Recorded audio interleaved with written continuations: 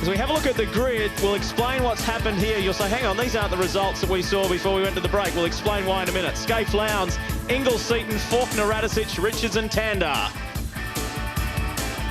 John Bowe, Steve Reed. John Bowe's got bench steering for this race. Dick Johnson, Paul Romano, Greg Murphy, Jason Bright, Tony Longhurst and Rodney Forbes, the privateer. Donaher and Tratt, 17-18. Parsons Wheel, a good showing in the new AU there for the youngster.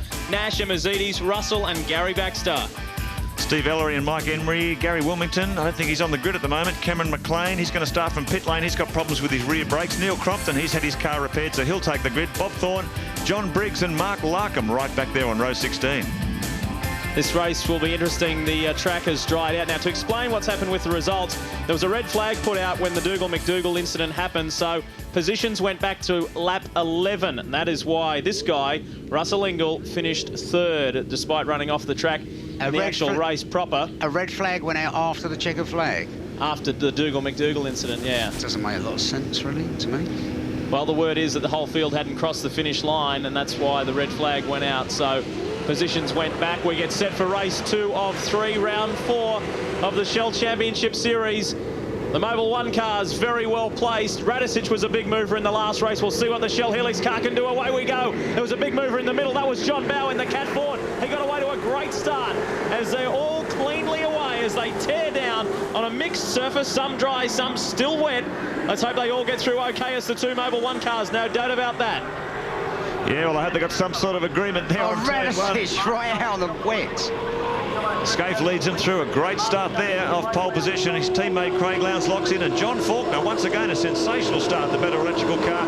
He'll hound those two as they come through the southern loop down toward turn 3. Great start for the better electrical Commodore driver. Jason Bright working his way up from 14th. Yeah, Rick and Rennie's come unstuck trying to make up some places in this, because basically you see the dry line there and then you sort of nip up the inside and you make a great name for yourself. They're all hanging out there on that dry line. No brave person except for Bright. He's the first one to come on the wet on the inside of Steve Reed. So the Pertec driver ducking up the inside there. He now chases Tony Longhurst as they cruise around into Siberia. The sun is out here at Phillip Island. Up the hill out of Siberia, heading toward the hay shed, and that really fast left-right combination. We're on board with Glenn Seaton as he follows the pack, just feeling his way through right up on the ripple strips there. You can see how busily he's working away at the wheel, shifts it back as he points it up over Lukey Heights for the first time, and look at how busy he is at the controls. Don't want to get off that dry line. So Seaton sitting back there in 4th position, getting a feel for the circuit. He's got Garth Tander right behind him, Russell Ingall, John Bowe coping with some bench steering in the Cat Racing Falcon. Stephen Ellery too is on the way back. Well, Mark Scaife has never won a round here at Phillip Island in the V8, so this could be his day. Craig Lowndes, our series leader, is tucked nicely into 2nd spot, and it was pretty much, well, we shouldn't say effortless because they were driving very hard out there in the first race, but this race is a little more comfortable for them at the moment with the dry line.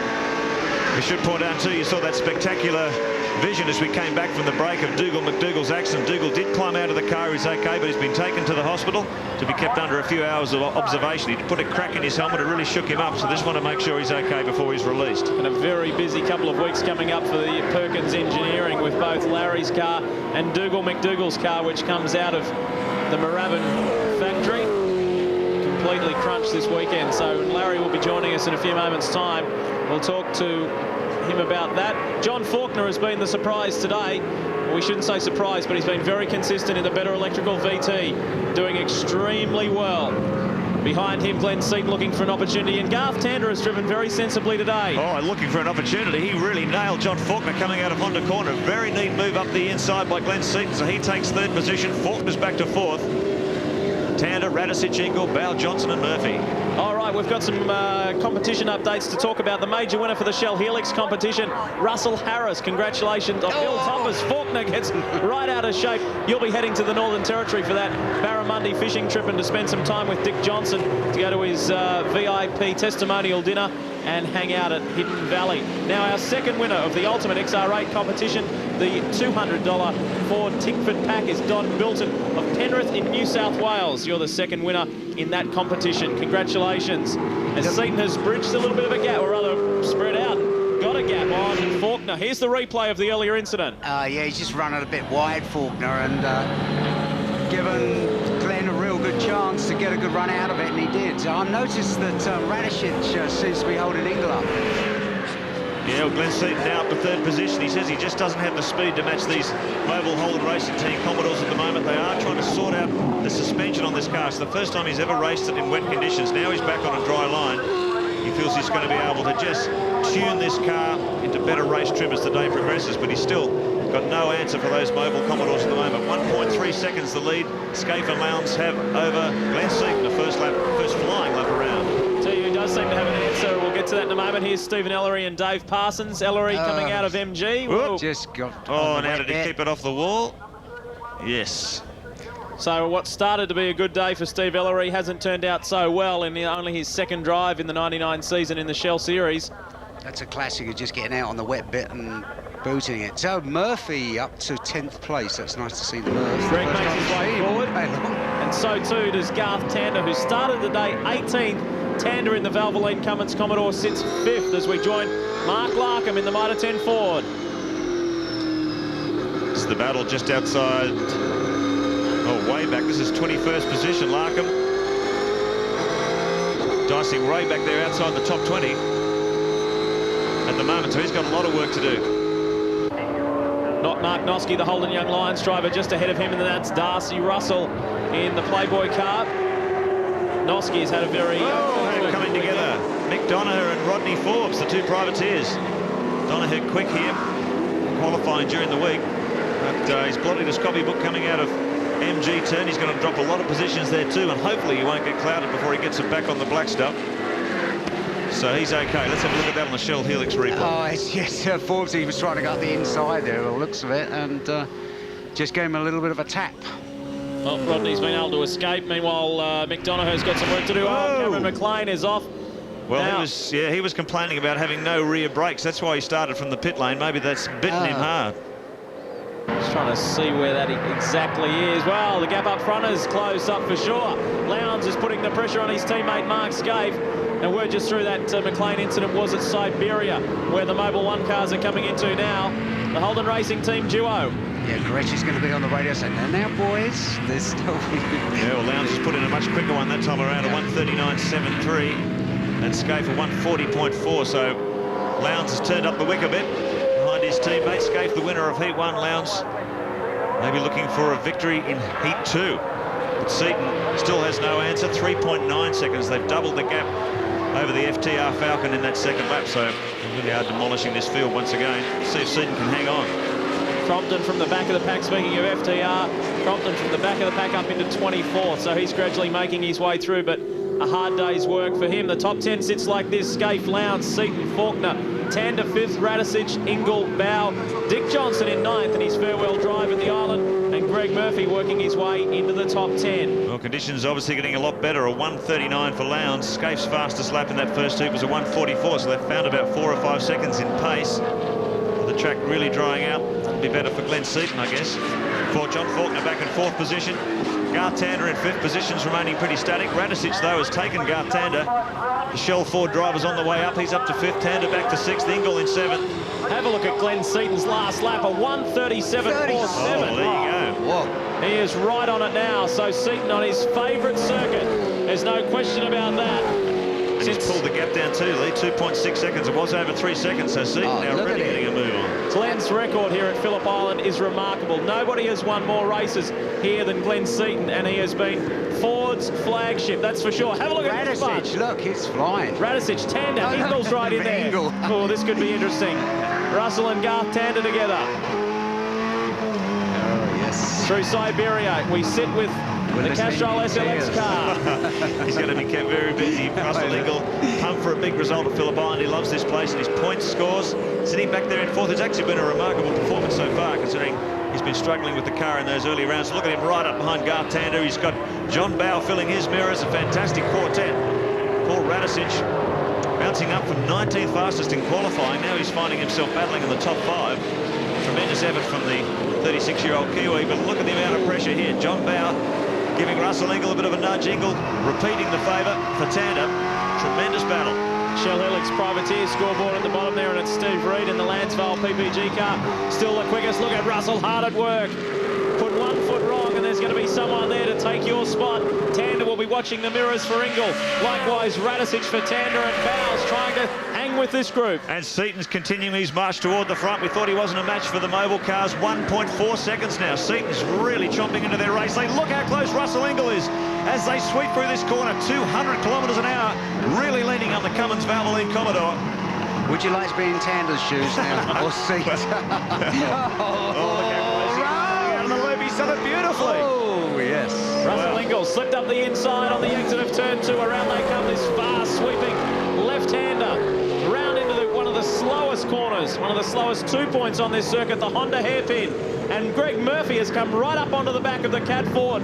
So Murphy, his day improves. A bit of a mystery with his teammate Steve Richards. He's disappeared from the top 10, but Greg's there in the second of the wins cars. Well, that's a good time from Russell Ingle. He's running in the 37s with the mobile cars, but Seaton is the fastest man on the track by far. A 1:36.43 for the FTR Falcon. He's flying. Darcy Russell's car just off to the side. Your Shell Helix update for you. There it is. Faulkner maintaining 4th. Ingle is up into 6th. We've seen that move. And John Bowe back there in 8th position. Longhurst in 11th behind Murphy. And Bright has worked his way up into 13th. More right after this.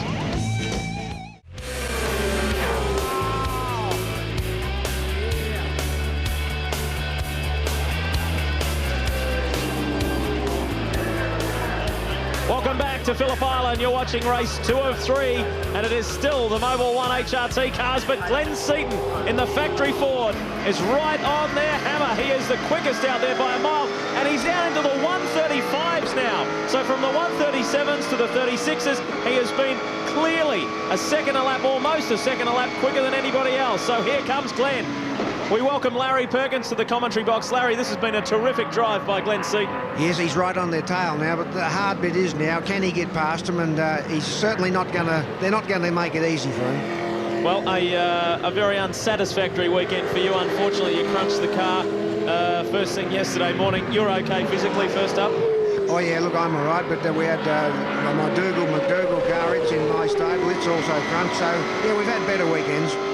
Yeah, it was just looking, the back end allowances thing was really getting out of shape then. And what do you reckon, Larry? I reckon if Seaton gets right up behind the two on the fast 2 left-handers onto the straight, he's going to get enough of a drag to be able to drag past just after the start line. Well, he could be able, and they've got to drop more power to Fords, and but then the off the line is still wet, and he's going to be a brave bloke to get out there. He's going to get out, yeah, you're right. Well, if you're in Glenn's seat, what would you do? Where would you line these guys up? Well, I'd get right on their tail and harass them. I'd get a lot closer than that if I could, and swap a bit of paint, you know. That, Larry. Here we go. This is the onboard shot with the Ford Tickford Racing AU XR8 of Glenn Seaton. He is right on Craig Lowndes as they drift through the fastest corner on the track, turn 1, into the southern loop. This is the second turn. There just almost is round the left-hander before you get to Honda. That dry line is getting wider and wider and wider. So if it really gets right up Lowndes' backside around this, it's just about enough room to get through. You have a look, see down in. So I know you'd have to be brave because it's still wet. You can see the water on the inside of the track. You can't give it a go there, but he can only harass them and they may make a mistake. Larry, if we stay with Glenn here on the in-car camera, you might like to talk us around a lap. Well, Glenn's obviously in high concentration mode there, just come out of 3rd in the 4th gear in a minute. And this is a very high-speed part of the track. This was a very bumpy corner. I believe it's fixed now. But now they've just touched 235 kilometres an hour there before they get on the brakes. Back to 4th gear and over the hill here. That's about 165 kilometres an hour. And then down into the hairpin, which is about 80 k's. Now, out of here, you can't use full power here, so they've got to feed it on very gently and not hang the back out. Full throttle is really on it now, and again, a lift off on the throttle now, but you can't go into that flat. But see the ground Glenn's made up there, so he's got something better there. Full throttle all the way down here, flat throttle gear changes, and yesterday in practice, I know Russell was getting 255 down that straight. Now, this corner is a real man's corner. 230 is full speed. Their fastest corner in Australia, and it isn't for the faint-hearted. Well, there you go, a lap from Larry Perkins on board with Glenn Seaton, and this is close. You couldn't ask for it to be any closer. I tell you where Seaton was quick, was round the left-hander, but just going up just before before Lukey Heights. It seemed to be quick round by the hay shed and made a lot of ground going up by Lukey Heights. That's right. What I've always suspected, he might have to drop more downforce, which is he's certainly putting to best use. Well, Glenn Seaton right on Craig Lowndes. Now we've had word through that Paul Radisich has had a spin. Now this is coming down into MG. Tander's on the inside and contact there. Around they go. So whether Radisich didn't see Tander making the inside move, Larry, what do you make of that? Well, I better not get too into these stunts, but in any shunt there's always two sides to it, but the bottom line is they've both sort of lost a lot of spots.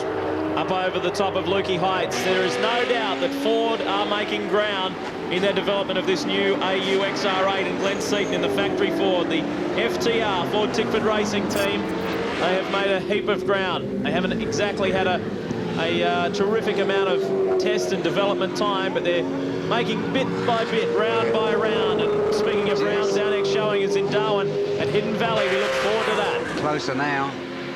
Yeah, Seaton's right there. I think Lowndes may sometimes there be getting a bit held up by Mark, but Mark's keeping a cool head, and he knows that nothing stupid will come from Lowndes.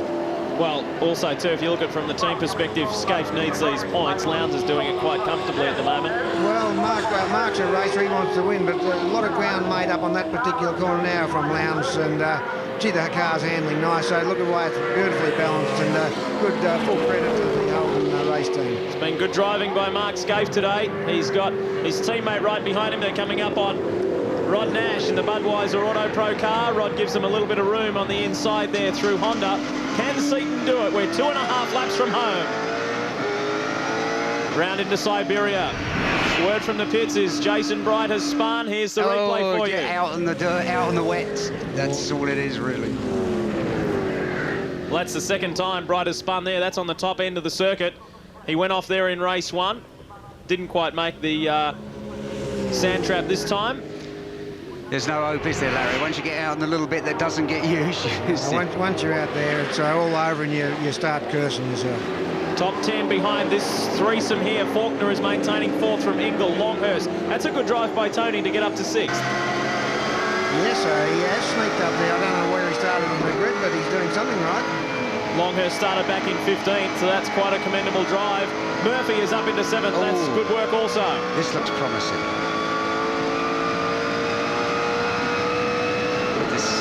You've got to be very brave there, Larry, haven't you? Well, Glenn's right there, but see, he can't pull out on the inside. The line's wet, and at 200, well, at the top speed, they're 270. He's not going to do anything silly. Yeah, it looks like he got a little bit loose there because he's lost a bit of ground. Good drive by Seaton. And valuable points in the bag with less than 2 laps remaining. The Mobil 1 Holden Racing Team Commodores is Lowndes. Hugs that inside line. He's going to make life very difficult for Glenn Seaton. Seaton a good car length and a half behind as they come into Honda for the second last time. When you look at it, Larry, I mean, there just doesn't seem anywhere, does there? You know, if you'd have to have a guess anywhere, I just can't think of anywhere. Well, that's right, and you've got Mark, who's got the hardest job of all those three there. He's leading, and he has the utmost concentration. When you're following like Lowndes and indeed Seaton, it's a lot easier job, and they're really putting the pressure on Mark, and he's responding by just driving absolutely accurately. What do you prefer, Larry? I mean, obviously everyone loves to be out in front, but do you prefer to be a fighter from behind, or you like doesn't phase you either way? Well, to be honest, I haven't been out in front for a while. But, I would never trade the front spot for anywhere else, so let's put it that way. But it is just so much easier to follow, isn't it? You know, it is. Look, it's a much easier task following, and so say the concentration level that Mark's now applying just to make sure he doesn't make it blue is intense. And the hardest part of any racing when you've got real good guys right up on your bumper like that. One more lap left in race 2 here at Phillip Island.